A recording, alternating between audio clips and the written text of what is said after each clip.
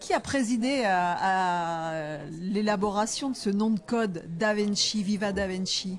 Viva Da Vinci, c'est une très belle image avec le profil de Léonard, parce que, à l'évidence, quand on parle de la Renaissance, ici en région, ici en France, mais plus globalement au niveau international et avec nos amis italiens, l'image de Léonard de Vinci est l'image emblématique. Et nous avons voulu à la fois cette image, mais nous avons voulu cette image en dynamique. Viva Da Vinci, ça veut dire Léonard de Vinci aujourd'hui, Léonard de Vinci dans un événement qui va porter véritablement une grande fête sur le plan culturel et touristique.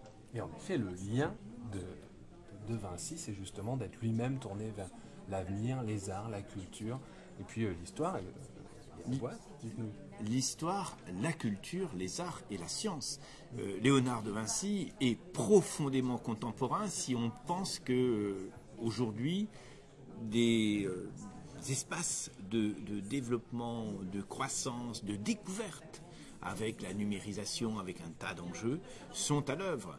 Léonard de Vinci, c'était aussi quelqu'un qui était complètement ouvert. L'Italie, la France, pour lui, c'était un ensemble de créations. Et nous avons, autour de sa mobilité, de sa capacité à rencontrer, des images qui sont profondément actuelles. Donc nous voulons, à travers sa démarche, éclairer les valeurs de demain pour nos compatriotes, pour l'Europe. Ça nous paraît très important. Justement, il y a peut-être cette, non pas cette dichotomie, mais Blois, capitale des Valois, Chambord, le château des rois de France.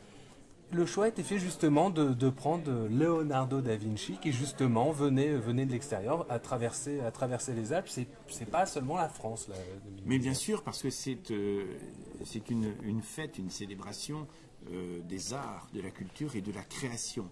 Et nous ne voulons pas enfermer dans un édifice, quel qu'il soit, si prestigieux soit-il, nous ne voulons pas enfermer la date de 2019 et l'anniversaire. Et Léonard de Vinci, c'est le mouvement. Léonard de Vinci, c'est véritablement la création, c'était un imaginaire très fécond, c'est une capacité de penser à la fois les sciences et les techniques. Hein. Rappelons-nous ce qu'il avait dessiné s'agissant de ce qui ensuite est devenu le vélo, l'avion. Il avait cette vision des sciences qui transformait le monde.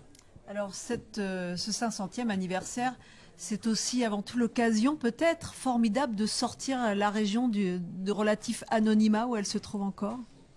Notre région est une superbe région avec un classement patrimoine mondial de l'humanité par l'UNESCO qui est le plus vaste patrimoine classé.